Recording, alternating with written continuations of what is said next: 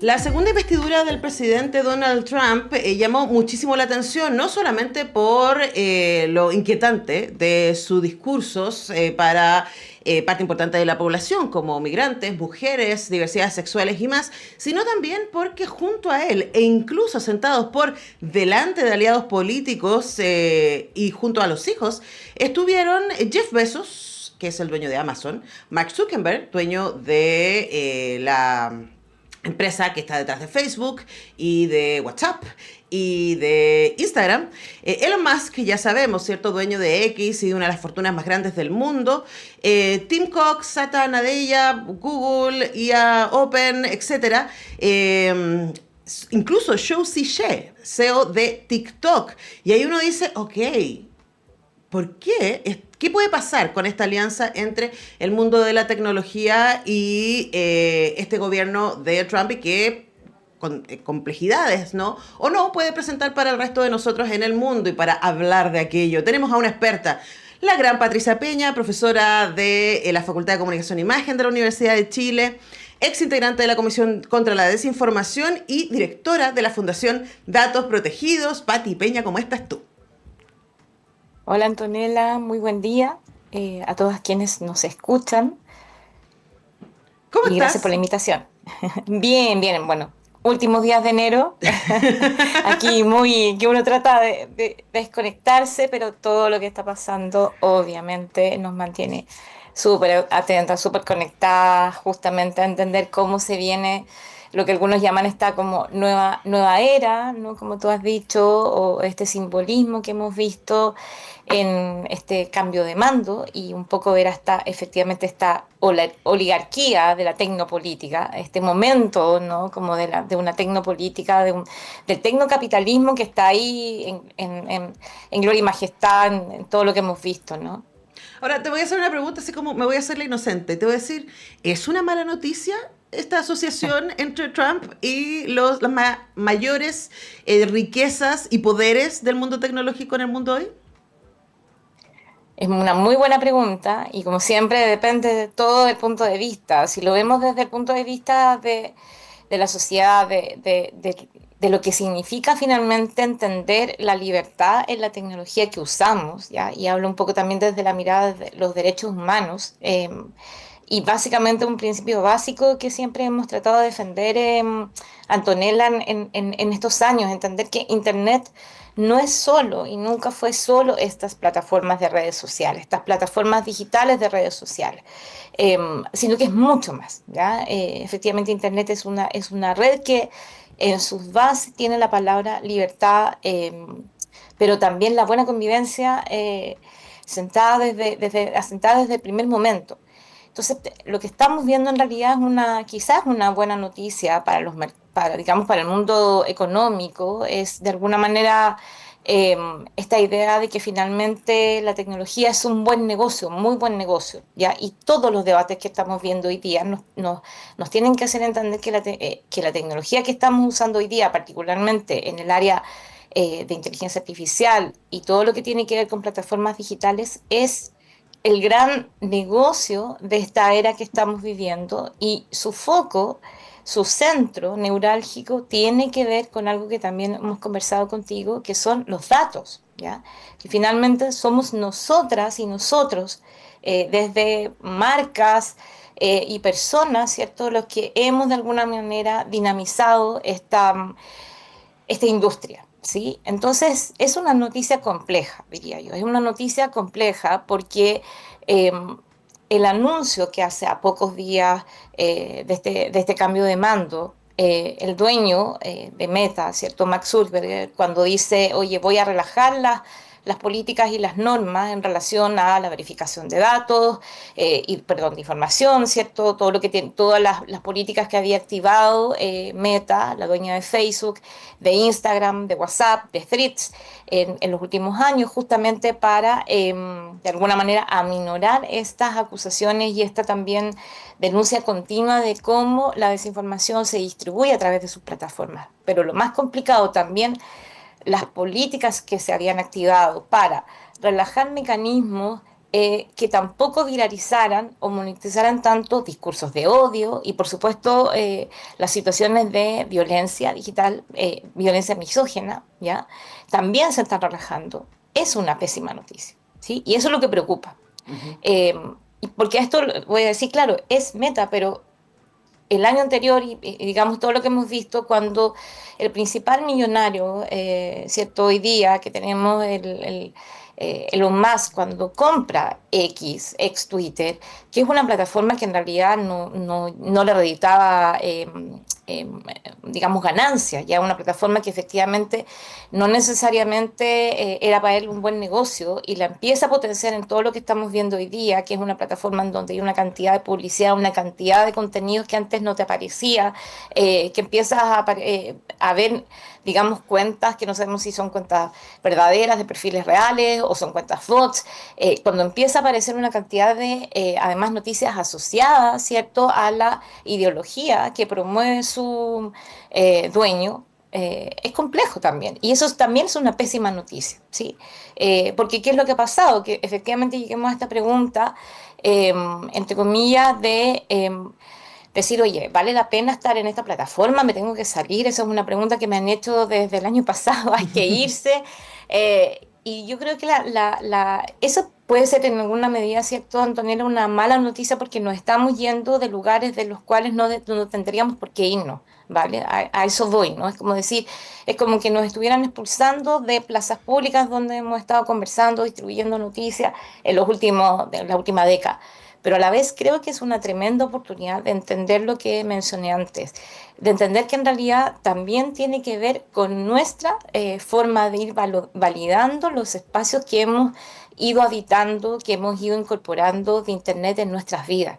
Y eso también puede ser una tremenda oportunidad para darnos cuenta, con mucha más mirada crítica, que es súper importante entender qué tipo de tecnología estamos usando. Y ahí cuando digo qué tipo de tecnología, no solamente las funciones, lo que me permite ser de entretenido, sino que en este momento entender quiénes son los dueños, cuáles son las políticas detrás de esas plataformas, entender cuáles son las normas que me están imponiendo, cuáles son aquellas que en cambio nosotros podemos consensuar. Y eso creo que es súper importante en esta época que estamos viviendo. Cómo con eso también generamos una conciencia más crítica en todas y todos nosotros respecto del uso que estamos haciendo de estas tecnologías. Ahora, Pati, me pasan varias cosas con tu respuesta. Lo primero es que es muy consistente en la estrategia de Trump y de otros líderes, ¿cierto?, de las ultraderechas de la asociación con estos empresarios,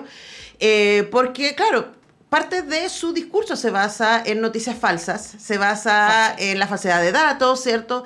Se basa en decir mentiras una y otra vez, ¿no? O sea, la cosa es escuchar a Milei en Davos ahora, esta semana, ¿no? Y claro, si no hay contrapeso, como el fast-checking, que sí existía en Twitter, ¿cierto? Y que existía también en Instagram. Muchas personas se han convencido, ya están convencidos, y los terraplanistas, como me dijo alguna vez Gabriel León, es muy difícil sacarlos de ahí, ¿no? Pero hay un montón de gente que está muy confundida y que sí es usuaria de Facebook, y sí es usuaria de X, y sí es usuaria de Instagram y de TikTok, y dice, bueno, pero yo lo vi ahí, ¿cierto? Y esto es, ¿no? Entonces se instalan estas mentiras como verdades y como base de una conversación social. Entonces, ¿qué hacemos? Porque claro, a lo mejor nosotros que estamos al interior de la academia, que tenemos más herramientas, podemos mirarlo críticamente, pero ¿qué hacemos? Y hacer ese ejercicio que tú dices, ¿no? Hacernos preguntas respecto a cómo usamos Internet y etcétera. Pero ¿qué hacemos con una parte importante de la población que no está entrenada en una mirada crítica y que confía en lo que le llega al WhatsApp? O sea, recordemos la cantidad de influencia que tuvo el WhatsApp en las elecciones en Chile para la primera vuelta de la propuesta constituyente, ¿cierto? Recordemos, y hay documentales sobre eso y investigación, ¿cierto? Sobre la influencia que tuvieron las redes sociales para las elecciones de Bolsonaro, ¿cierto? Para el Brexit en Inglaterra, etcétera. Entonces, tenemos los datos. Pero hay gente que sigue confiando ciegamente, digo, en la información que aparece en las redes sociales. ¿Qué hacemos ahí? Ese es el problema, esa es la pésima noticia, ¿no? Porque cuando él menciona que va a descartar todo este programa que básicamente permitió que organizaciones en todo el mundo, pero también en América Latina, ¿cierto? Se organizaran en lo que son estas, digamos, chequeadores de información que cumplen un rol fundamental humano frente a los sistemas algorítmicos, los sistemas automáticos que existen en estas plataformas y que ven con cuidado, ¿cierto?, cómo está etiquetada una publicación. Ya vamos a explicar eso hoy día en lo que se llama la moderación de contenido, o de alguna manera como el filtro cada vez que alguien publica algo. Hay dos sistemas, uno que por lo menos así era en las plataformas de Meta, y uno que son algoritmos que están entrenados para decir, mira, si hay una noticia sobre política y dice tal palabra, o sale tal imagen, o sale tal video, esa publicación es sometida a este algoritmo que lo mira, y cuando hay duda, el sistema pasa a un grupo de personas humanas que está chequeando. Y en eso Meta había sido bastante, digamos, consecuente con su compromiso en poner más énfasis en chequear y verificar la información. Entonces la noticia, en realidad, primero, es un gran impacto a este tipo de organizaciones, pero a mí lo que me parece importante mencionar, Antonella, es que esto también afecta gravemente a los medios de comunicación Ujú. y a la prensa que está en esas plataformas, que creo que lo que hemos visto en esta semana es que se han dado cuenta que no por ser reconocidas en estas plataformas con un ticket de verificado, les van a dar el estatus de veracidad.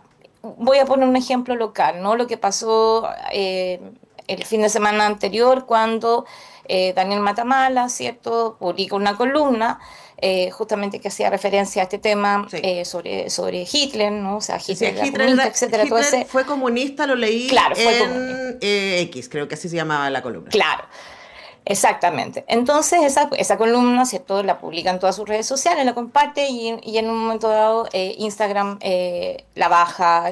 Como le ha pasado, Antonella, a muchas organizaciones, a muchas personas en el pasado. No es que sea primera vez, pero en realidad, ya, claro, llama la atención porque uno entendería, bueno, es un periodista con mucha trayectoria. O sea, no sé, no quiero con esto aminorar el hecho de que esto le había pasado antes, por ejemplo, a la cuenta de la red de periodistas migrantes, a una organización, a una colectiva feminista, a una organización ambiental.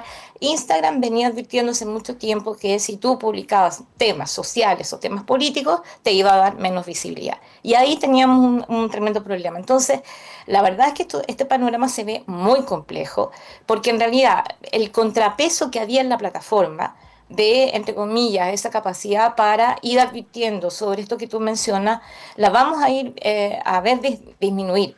Eh, Zuckerberg ha mencionado que lo que quiere es implementar lo que ya existe en X, que es esta idea de las notas comunitarias. Es decir, que cualquier persona pueda entregar un contexto, puede entregar un punto de vista, pero ahí tenemos otro problema, porque nosotros no sabemos en este momento si esas notas comunitarias pueden ser respondidas por una persona experta real o por un bot, ¿vale?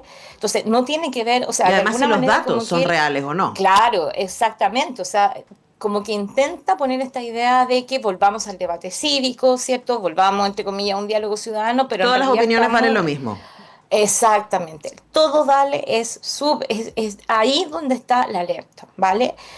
Y ojo, yo creo que a mí en realidad lo que me parece importante de todo esto que estamos viendo es que por fin estas empresas y estos señores CEO están siendo honestos también con la humanidad. ¿Sí? De decir, mira, ¿sabes? Esto es lo que somos. La verdad es que a nosotros lo que nos interesa, y esa es su presencia en ese cambio de mando, nos interesa nuestro negocio, punto. Es decir, nosotros lo que queremos es seguir ganando plata a costa, entre comillas, de este buen negocio que tenemos instalado. O sea, pensemos hoy día en todo el debate que estamos viendo también en esta semana, porque China, un empresario chino aparece con una nueva inteligencia artificial generativa que es DeepSeek, que de alguna manera le sale la competencia, ¿cierto?, del ChatGPT de OpenAI. Entonces, de nuevo, es como Silicon Valley de alguna manera ha estado en los últimos años haciendo todo lo posible porque efectivamente eh, dejen que su trabajo siga siendo, digamos, liberado de regulaciones, de reglamentaciones, de marcos regulatorios.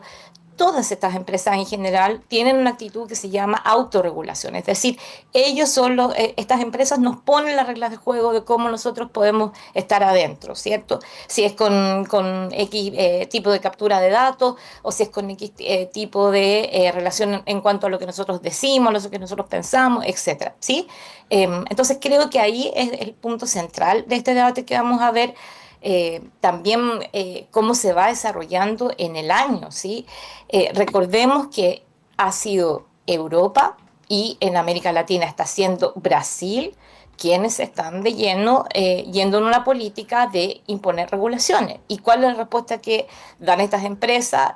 Bueno, entonces nos vamos de Europa. ¿Sí? Y ustedes van a salir perdiendo. Y el problema es ese, Antonella. ¿No hay opciones? Que tampoco... Es que eso es lo complicado, porque, y esa es una tremenda pregunta. Yo digo que sí hay opciones, ¿ya? Y yo creo que vamos a empezar y creo que eso es lo interesante de este camino que se inaugura. Tú tienes mucha razón cuando dices, bueno, es terrible que esto pase en plataformas que son usadas por millones de personas. O sea, no es tan fácil decir a las personas, váyase de WhatsApp, váyase de Instagram, cuando tienes a millones de personas que tienen dependencia para sus emprendimientos, para su día a día de esas plataformas, ¿sí? O en el mismo caso de WhatsApp.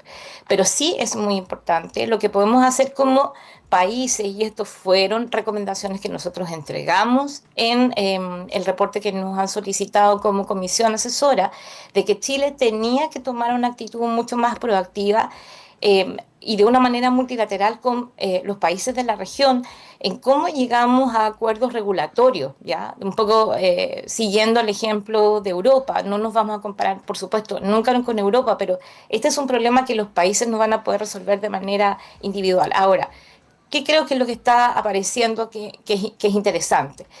Ustedes también seguramente habrán escuchado, mucha gente dice, bueno, pero es que no solamente está X, no solamente está Instagram, hay otras redes sociales que son del tipo, ¿cómo se llama? Fediverso, ¿ya? Han escuchado seguramente Blue Sky, Mastodon y otras. Entonces, claro, que son redes que han estado ahí, que son plataformas que de alguna manera cumplen esta misma función de conectarnos con personas, permitirnos decir cosas, etcétera. Y creo que es interesante ver que a lo mejor lo que va a pasar en los próximos años es que necesitamos ver aparecer espacios de convivencia, espacios de conversación que teníamos quizá al inicio de Internet, por allá al inicio de los años 2000, y que a lo mejor vamos a ir descubriendo, ¿ya? Ahora, ¿qué es lo que va a pasar con estas redes más masivas y comerciales? Eso es lo complicado y eso es lo alarmante. Es que, ¿sabes qué me pasa, Pati? Tengo que cerrar acá, pero dejo aquí como el eco, ¿no? No vamos a alcanzar a desarrollarlo, pero es como lo que yo siento que va a pasar es que, claro, si quienes somos más progresistas nos vamos a Blue Sky o a Mastodon, vamos a seguir hablando entre nosotros y la gente con una mirada más conservadora, etcétera, va a seguir, en cada uno nos vamos a alimentar y no va a haber espacio ahí para el diálogo porque cada uno va a estar, ya el algoritmo te arma una cámara de eco, que esto esté definido además por cuál es el tipo de red que usas, va a ser todavía más, va a separar todavía más nuestra posibilidad de encontrarnos, ¿no? Entonces está difícil. Pati Peña, tan grande, muchas gracias por hacerte este espacio para conversar con nosotros. No, gracias a ustedes. Solo decir que el mensaje final, creo que este es el punto de entender qué significan estos cambios en las políticas que nos están haciendo las plataformas y entender cómo eso afecta nuestro muro, nuestra forma de informarnos, Antonella. Yo creo que ese es mi mensaje, entender que todo lo que está pasando no es casualidad, que ahí hay unas reglas que son nada transparentes. Entonces nosotros también tenemos que ir decidiendo dónde queremos estar, ¿sí? Y vamos a ver qué pasa de aquí al resto del año, así que feliz de poder conversar con ustedes respecto a noticias que llegan de Brasil y de cómo esto sigue evolucionando. Bueno, seguramente pediremos nuevamente tu sabiduría. Patricia Peña, académica de la Fundación, directora de la Fundación Datos Protegidos, académica de la Facultad de Comunicaciones e Imagen de la Universidad de Chile y ex integrante de la Comisión contra la Desinformación. Gracias, Pati, un abrazo. Un abrazo grande, Antonella. Nosotros buen fin de enero. Nos vamos muy apurados a la pausa y ya regresamos.